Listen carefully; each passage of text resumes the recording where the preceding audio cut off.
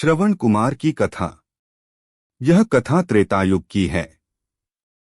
भगवान राम के पिता राजा दशरथ उस समय अयोध्या के राजकुमार हुए करते थे। पौराणिक कथाओं के अनुसार श्रवण नामक बालक के माता पिता अंधे थे, जिनका नाम शांतनु व ज्ञानवंती था। अंधे होने की वजह से शांतनु और ज्ञानवंती ने बड़ी मुश्किलों और कठिनाइयों से लड़ते हुए श्रवण को पाला। और जब श्रवण कुमार बड़े होकर लायक बने तो वह अपने माता पिता की सेवा निस्वार्थ भाव से करने लगे। एक बार की बात है, श्रवण के माता पिता ने तीर्थ धाम यात्रा की इच्छा जाहिर की। इतना सुनते ही श्रवण कुमार ने बांस की दो बड़ी बड़ी टोकरियां बनाईं और दोनों टोकरियों को एक मजबूत लकड़ी से बांध दिया।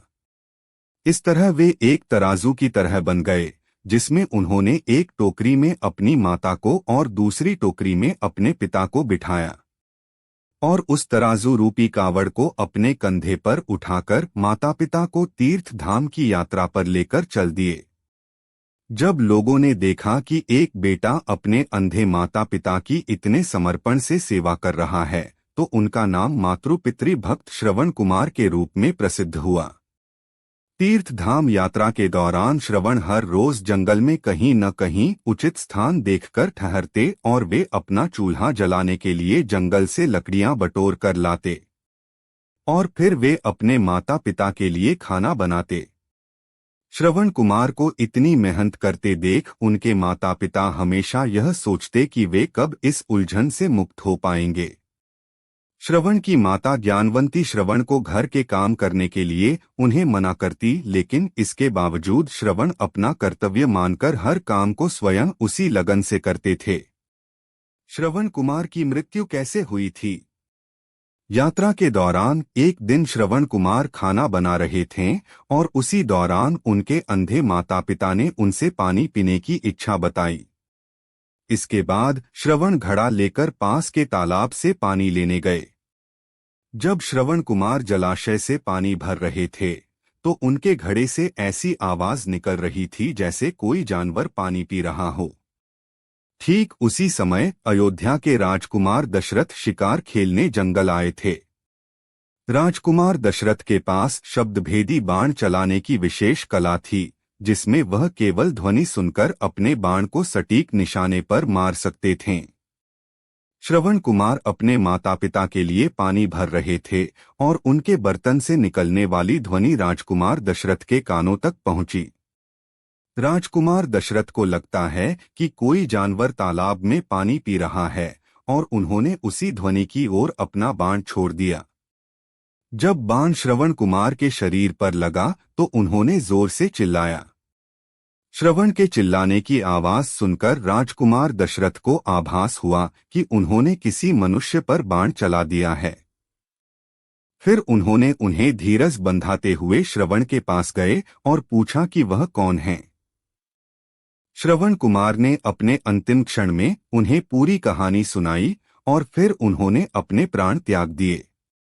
अयोध्या के राजा दशरथ को मिला था पुत्र वियोग श्राप। राजकुमार दशरथ शर्म से अपना मुंह नीचे किए जल पात्र लेकर उनके माता पिता के पास पहुंचे। वहां पहुंचकर जब दशरथ उनसे जल पीने के लिए कहते हैं, तब वे दोनों दशरथ से पूछते हैं वे कौन हैं और उनका बेटा श्रवण कहाँ है। तब मन में दुखी होते हुए ग्लानि से भरपूर इक्ष्वाकु वंशज के राजकुमार दशरथ उन्हें सारा वृतांत बताते हैं।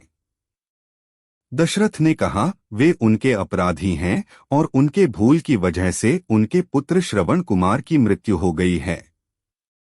अपने इकलौते पुत्र की मृत्यु की खबर सुनकर दोनों माता पिता बुरी तरह से रोने लगे।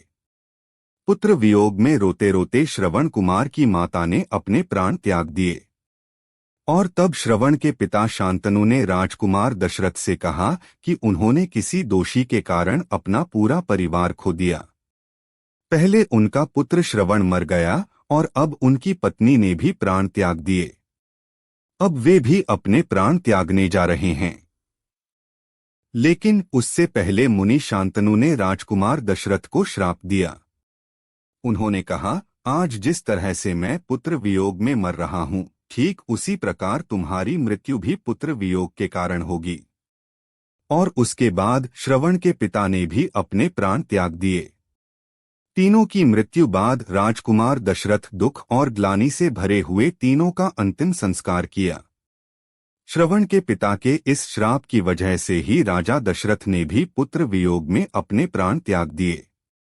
पुत्र राम को 14 वर्षों का वनवास हुआ और उसी वियोग में राजा दशरथ के प्राण पखेरु हो गए।